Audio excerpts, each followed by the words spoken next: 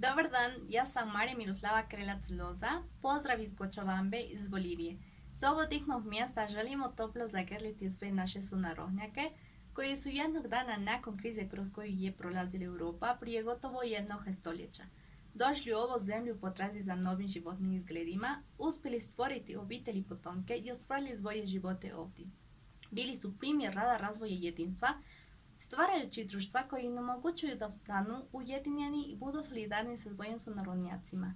Tako je u Kočobambi osnovano Hrvatsko dobrovoljno društvo, a pokrenuo je i projekt Hrvatskog groblja, koji je potom dovršen prije otprilike 85 godina. Ovo je groblje jedno od rijetkih na svijetu u kojem leže hrabre muškarci i žene koji se nisu mogli vratiti u domovinu, ali koji su ovo malo mjesto pretvorili u simbolični prostor svoje zemlje, mjesto na kojem se skupljaju kao zemljaci i koje također trenutačno predstavlja prostor za okupljanje njihovih potomaka.